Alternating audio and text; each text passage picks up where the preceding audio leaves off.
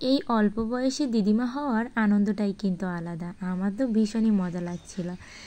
নমস্কার বন্ধুরা, একটা নতুন ব্লগে সবাইকে স্বাগতম জানাচ্ছি। আজ সোনাপুরো আর আমি মিলে ওর দিদিদের সঙ্গে চলে গেলাম আমার নাতনিকে আনতে।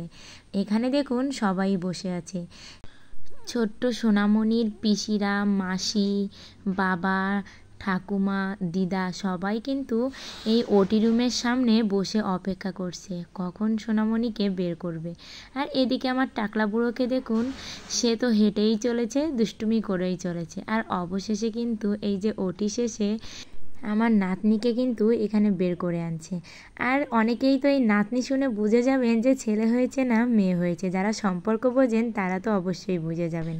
বাচ্চা মা দুজনেই ঠিক ছিল, তবে এখানে বাচ্চার মাথাটা একটু উল্টো ছিল, তো এজন্য বের করার সময় ওর একটু অক্সিজেনের প্রবলেম হচ্ছিল, তাই 10 মিনিটের মতো একটু অক্সিজেন দিতে বলেছিল, তারপরে সে সুস্থ হয়ে গেছে।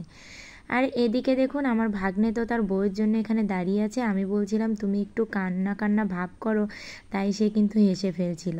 আর এদিকে আমার টাকলা বুড়োকে দেখুন, সে না অনেক কেয়ারিং, সেই ছোট বাবুকেও অনেক বেশি ভালোবাসা দিচ্ছিল আর বলছিল আমার কোলে দাও, আমার কোলে দাও। আর কোলে না দিলে সে ভীষণ কান্না করছিল। আর অবশেষে তার মাকে দিল। আর সিজারের কষ্ট তো যারা মা হয়েছেন সিজারে তারাই বুঝবেন। আজকের ভিডিওটা এ পর্যন্তই।